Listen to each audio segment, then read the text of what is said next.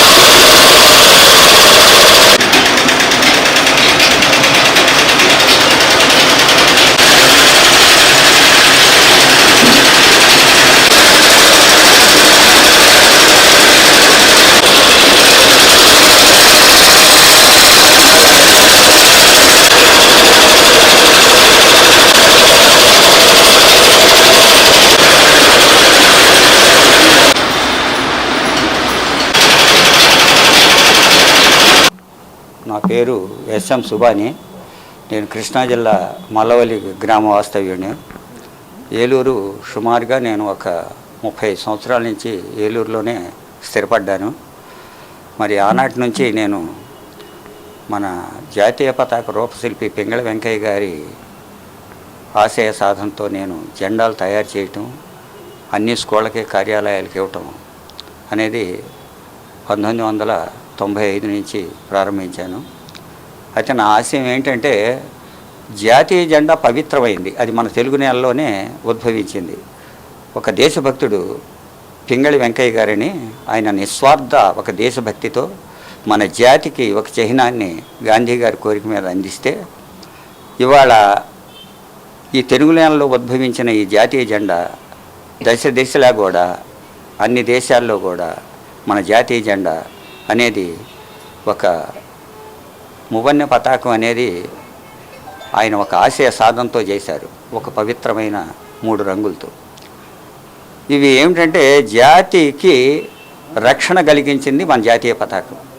వీళ్ళంతా కూడా నాకు మొట్టమొదటి నుంచి ఏదైనా కార్యక్రమాల్లో అటెండ్ అవుతూ వాళ్ళు కూడా నాకు సహకారం ఏమిటంటే ఎక్కడికన్నా వెళ్ళాలన్నా చేయాలన్నా పింగళి మా ఘంటసాల స్వరపీఠంలో వారు కూడా సభ్యులుగా ఉండి, అలాగే మరి మా సోదరిమణి పద్మజ గారు వీళ్ళు ప్రతి సంవత్సరం జెండాలు కుట్టే కార్యక్రమంలో పాల్గొని ఇది వృత్తి కాకపోయినా ఇది ఒక ఆదర్శ కార్యక్రమం అని వీళ్ళంతా ఈ మహిళలు వచ్చి చేయటం అనేది ఒక వినూతనమైన కార్యక్రమంగా తీసుకున్నాను.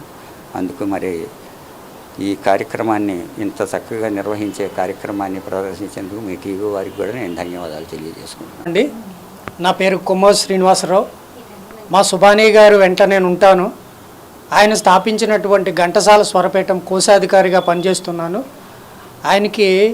ఆయన యొక్క స్వభావాన్ని చూసి ఆయనతో మిత్రత్వాన్ని నేను స్వీకరించాను. అయితే పింగళి వెంకయ్య గారు జాతీయ జెండాను మాత్రమే తయారు చేశారు అని అనుకుంటారు అందరూ. కానీ ఆయన ఒక ఖనిజాన్ని ఎలా ఉపయోగించుకోవాలి, సైన్యాన్ని ఎలా తయారు చేసుకోవాలి, ఎన్సిసి అనే దాన్ని ఇంట్రడ్యూస్ చేయడంలో ఆయన ప్రధాన పాత్ర వహించారు. ఆయన బాగా చదువుకున్న వ్యక్తి. అప్పట్లోనే భారతీయ భాషలే కాకుండా జపానీ భాష కూడా మాట్లాడినటువంటి వ్యక్తి ఆయన. అలాగే చాలా భాషల్లో నిపుణుడు. ఆయన మిగతా విషయాలు కూడా దేశభక్తి పూరితమైనటువంటి విషయాలు, నిస్వార్థత్వాన్ని కూడా ప్రజలకి తెలియజేయాలనే విషయంలో మా ఈ సంస్థ పనిచేస్తుంది. ధన్యవాదములు. జాతీయ జెండాని కొనకూడదు, అమ్మకూడదు అనే ఉద్దేశంతో ఆయన ప్రతి సంవత్సరం ఈ కార్యక్రమం నిర్వహించడం చాలా గర్వించదగిన విషయం. పింగళి వెంకయ్య గారి గురించి ఆయన చెప్తేనే మాకు తెలిసింది.